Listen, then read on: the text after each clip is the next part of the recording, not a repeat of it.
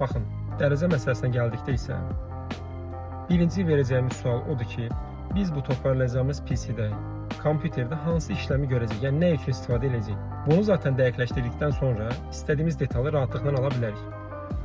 Yəni misal verirəm, deyək ki, mən bunu ev üçün nəzərdə tutmuşam və yaxud da ofis üçün hər hansı yazı pozu işləri görərəm və yaxud da nə bilim bir mahnı qulaq asaram, film izləyərəm belə. Burada abartıya qaçmanın bir mənası yoxdur. Çünki stok fan belə bu işi görür.